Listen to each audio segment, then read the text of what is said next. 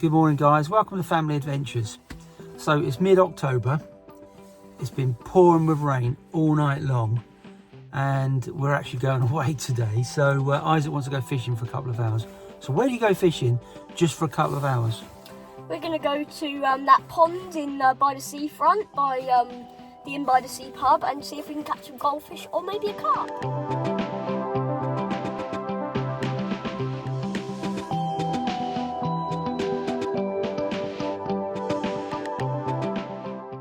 So we found a little muddy puddle and we've featured that in one of our previous videos. So we're going to go and see if we can't catch a few little goldfish just for a couple of hours. Stay tuned and enjoy the video. Some Gizwiz stuff. Some of that sweetener stuff for the fish. I want... Maybe. What's it called? Grizwiz.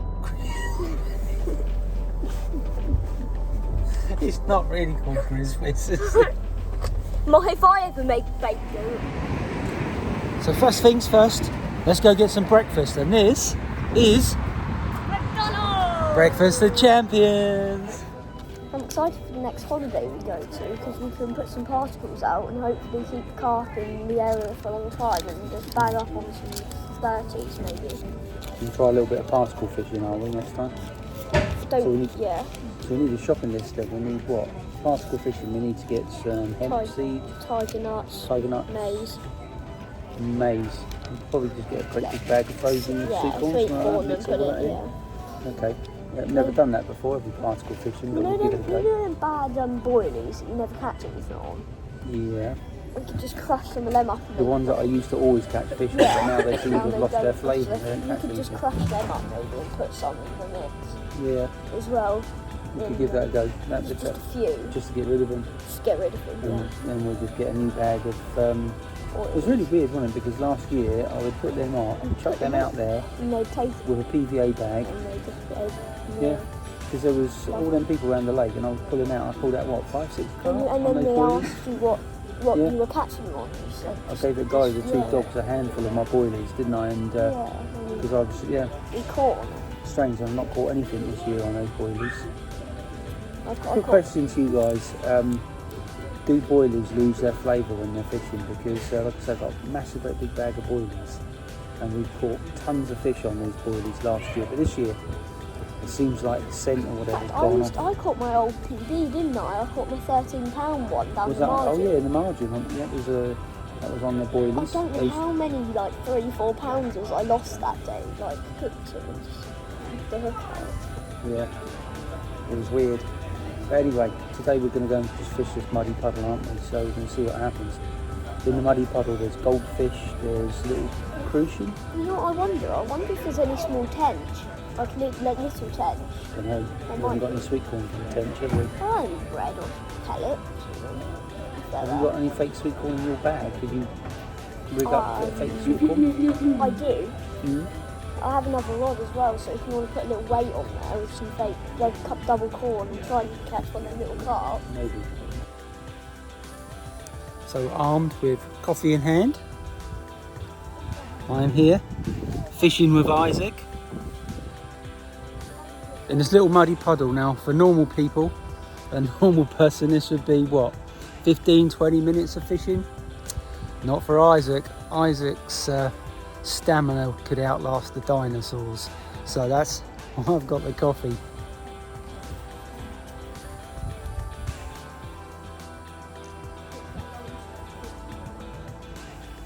You just free lining that, Isaac?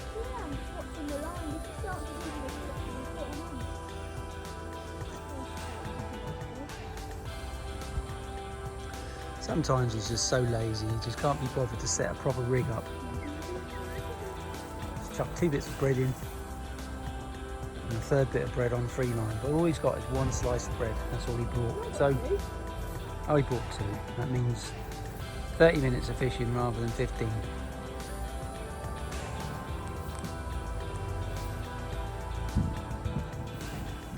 Got a bit of lead shot on that to sink it. Nope. Nothing. Nada. Naked line.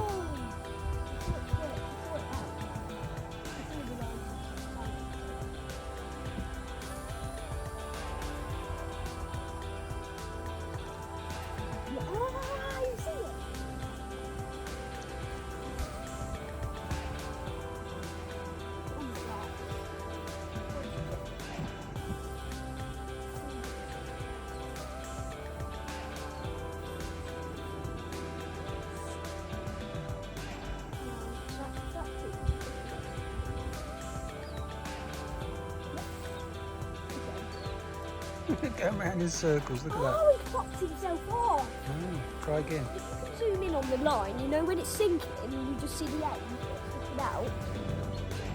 Just try and zoom in. So you see that line heading off into the water.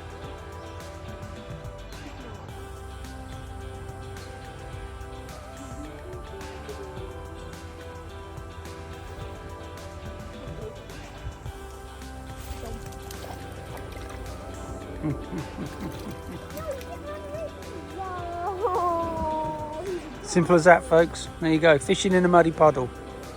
How to occupy a 10-year-old when he's chomping at the bit to go fishing. This is it. This is the muddy puddle. If you've seen our last video, then you'll recognise the muddy puddle from last time. Surrounded by houses, just off Leon Solent beach. So yeah, we're actually going away this afternoon, so we've got stuff to do, so we thought we'd just come down here for a couple of hours. But coming up soon, we've got a really neat video. So as we're starting to head into winter now, it's mid-October, and end of October, we've got a nice little fishing trip coming up, 5 days. So if you don't want to miss that one, remember to click that like and subscribe button, and you'll be notified when our next video comes out. So like I say, it's a few weeks away yet, but it's going to be an interesting one. Literally be our last chance of catching any carp this year. You can catch carp through the winter, but you've literally got to cast on their nose. So we're going to give it a go anyway. So like I say, stay tuned, click that subscribe button. Honestly, Dad, the line just all of a sudden just twitched.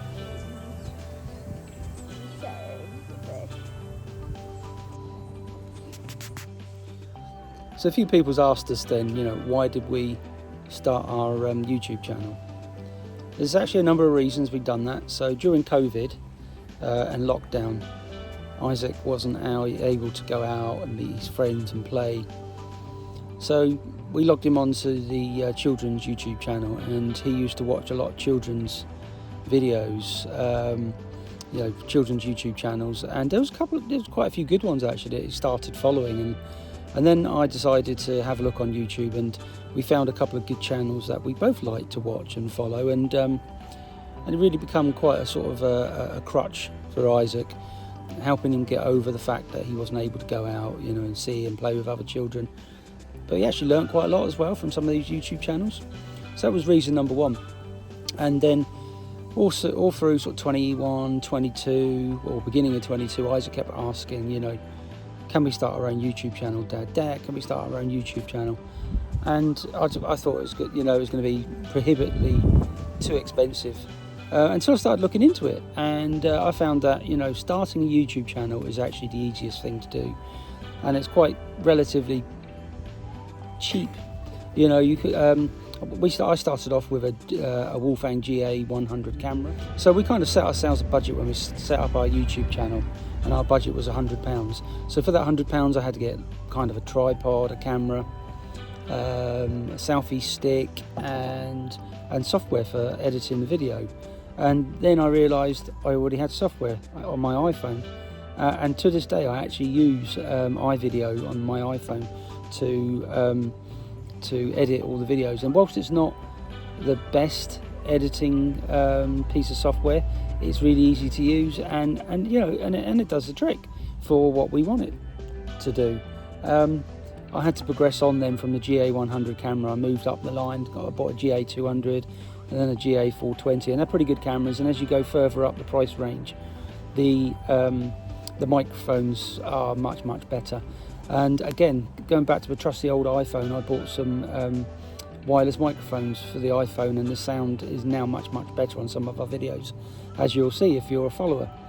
So if you want to actually know how to set up your own YouTube channel for under £100, click like and subscribe, and send us a message, and I'll be happy to do a video, run through our kit, what I bought and how I set it up for under £100. So back to the reasons then why we decided to set up our YouTube channel. So reason number 3 was, you know, I work for the NHS, and I was facing redundancy, and I thought I'm going to need something to do if I'm going to be made redundant, you know, something to keep the mind and the body active. So I finally agreed, let's go for it, let's set up a YouTube channel. As I said, setting up the YouTube channel is quite easy. You just pick a theme and follow the theme, but be prepared to vary or branch off from your theme. So our theme originally was, let's set up a channel showing people things to do with a family or with kids that are relatively cheap and easy to do, you know, because everyone's on a budget, especially through and at the back end of COVID. No one's really got any money, and we've got the price squeeze at the moment. But we weren't really getting many likes, weren't getting any subscribers, and even now to this date, since sort of varying our theme and going off track a little bit, we've still only got 72 subscribers. So that isn't a reason for us doing our YouTube channel. We never really intended to monetize it. Just to give you a bit of information around monetizing your video. So on YouTube, you have to have over 1,000 subscribers, and believe you and me, getting to just 100 is virtually impossible. The way YouTube works is people can search for your channel, they won't find it. Our channel's called Family Adventures. If you put in to a YouTube search Family Adventures, you just bring up loads and loads of videos that are just about families having adventures, and they don't even have family adventures in the title. So the actual search engine for YouTube, until you reach that magic milestone of 1,000 subscribers, it's pretty useless. If you want to find our channel, if you're watching this, just click subscribe. That's the easiest way. But if you wanted to find it from scratch, you have to put in something like Family Adventures Isaac Fishing, and then you find one of his videos, and then you can then click subscribe, and then you've got our channel. But yeah, they do nothing to help you to grow from 0 subscribers to that magic 1,000. So that's the thing to bear in mind. If you've got lots of friends and family, get them to like and subscribe to your channel and share it as widely as possible. Word of mouth is probably one of the best ways, because like I say, the search engine on YouTube, until you've reached 1,000 subscribers, is pretty useless. You know, you can't search for a name of a channel that's got a few subscribers like ours. So that's the main reasons really for setting up our YouTube channel. Now, I don't normally do the long sort of talkovers, because a lot of people find them boring, but we've just been asked, why did we set up a YouTube channel? So like I say, this video is about us fishing in the muddy puddle, but whilst I'm sitting here, lovely clear blue sky behind me, I just thought I'd just give you a bit of background about us and why we set up our channel. And now back to Isaac doing a bit of fishing. There's Isaac, still fishing. So when we first got down here, he had a fish out right away, just free lining a bit of bread on the bottom. And I decided, I'll go and get my rod. So I stuck my rod out, and I'm on a float over there somewhere. I've almost sort of given up. The fish are just not on the feed at all. And since that first bite, which you'll see earlier on in the video, we've not really had anything. But this is in the summer, it's a good little spot to bring your kids. Just dangle your rods over the side. Like it's really sort of safe. You've even got like a disabled ramp coming down there, so if you're in a wheelchair, or you've got someone that's in a wheelchair, you can park your wheelchair there, put the chair down there, and you can both have a little fish. So it's a great little spot, and you catch lots of tiddlers, little goldfish and stuff. And there are a few tiny carp in here. Isaac on the muddy puddle fishing video had a little crucian carp out of here as well. So yeah. Oh, and about a 1.5 pound carp, he said as well. So there are fish in here. They're just not. Yeah, they're just not playing game today. They don't want to come out and play, do they, Isaac? I'm trying to. Yeah. See if there's any perch. Yeah, Isaac's tried 3 different setups so far. He had free lining bread, then he went to a float with bread, and then he went to a ledger with bread. We've got some tiny little like coconut type pellets down there as well, which they're not bad for carp. We caught quite a few carp on them. They're very soft, they come off quite easy. But now he's just decided to go to setup number 4, and he's got a little micro jig on, hasn't he? Just see if there's any perch in here. But I think we're gonna knock it on the head sometime soon. But anyway, please remember to click like and subscribe. Help us get our channel up from 72 subscribers. That is pretty poor, isn't it, considering this is our 2nd year of having our YouTube channel up and running. But like I say, it is mega hard to grow your subscriber base. But anyway, hopefully we'll see you again soon. Thanks for watching.